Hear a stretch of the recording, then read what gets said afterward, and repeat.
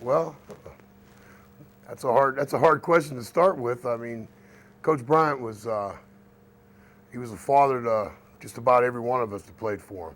Still is.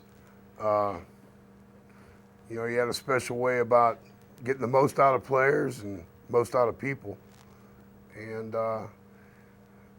just a unique man. No matter what he said, you had to do, and just a better person for having played for him and know him.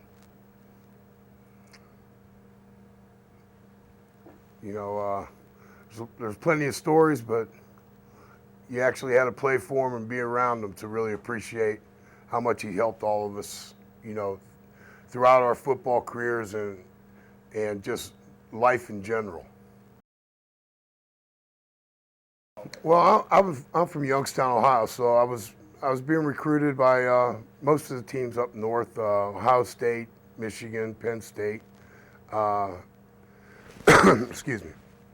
But my brother played at Texas A&M, was an All-American for Coach Stallings, and he was killed in a car accident going into his senior year.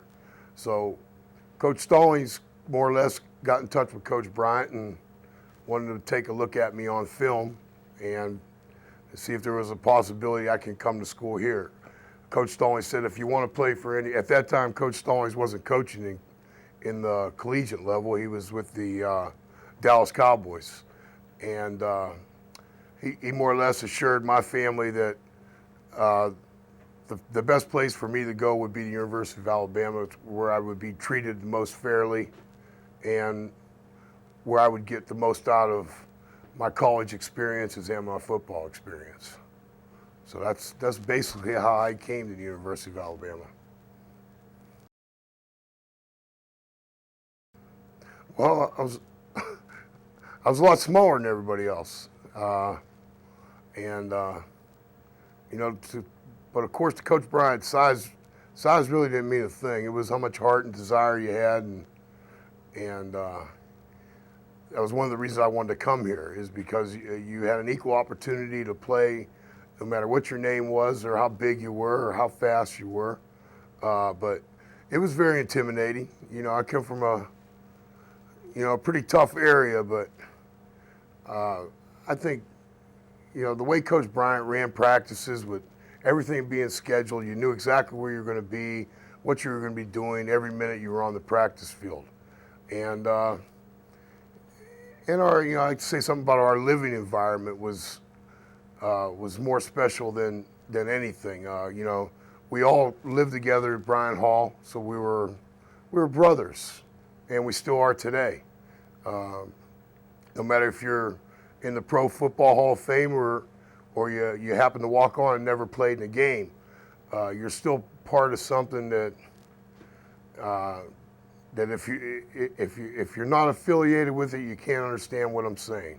But I've seen numerous guys over the past 25 years that I haven't seen in sometimes 25 years, and it was like seeing them the day before. I mean, a tremendous experience, and something that I'll cherish for the rest of my life.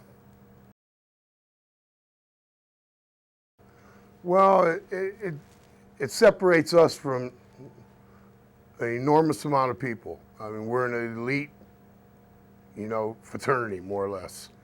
And, from the first day that I ever walked on campus, I mean, that's all we've ever talked about. It wasn't having to win a season or winning the SEC. Of course, those are things that we wanted to do, but our focus was on winning a national championship. I mean, when you went home your last day of your second semester for summer, that's the only thing you thought about was winning a national championship the following year. And then the first day back on campus was, I mean, that was it. We were toned in our minds to win a national championship.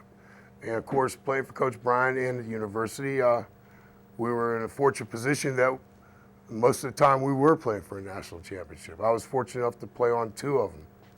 And like I said, it separates from a lot of people.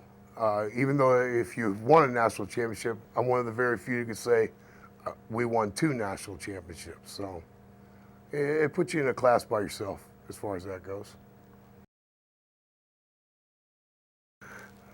Well, you couldn't talk about defense and not mention Coach Donahue. Coach Donahue was, I mean, we were the #1 scoring defense in the country 3 years while I played.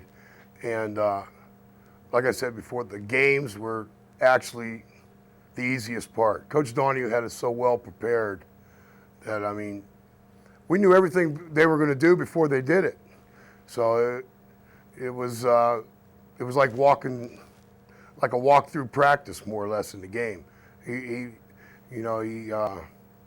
He just made you prepared. You knew every formation, every tendency. Of course, now you do the same thing in this day and time. You know, they do the same thing with all the breakdowns and tendencies. But of course, now you're talking before all these computers come into work. And Coach Donahue's mind was 30 years before its time. I mean, you know, the hardest thing, like I said, was practice. Especially if you got in trouble and Coach Donahue got you after you were done with your regular workouts, then you had to go see Coach Donahue for extracurricular workout. But yeah, Coach Donahue, I mean, he's the reason why we have 2 national championships. Of course, we had great coaches on both sides of the ball, but I was a defensive player and respect him the most of any coach I was here under, except for Coach Bryant, even though I didn't actually play for him, you know, as a position player. Gosh darn it. I mean, he gets so excited he'd be shaking his hands and go, gosh darn it. And Curtis McGriff he stayed on Curtis. I mean, I talked to Curtis probably about 4 or 5 years ago. I was working up around the New York area where Curtis is at now.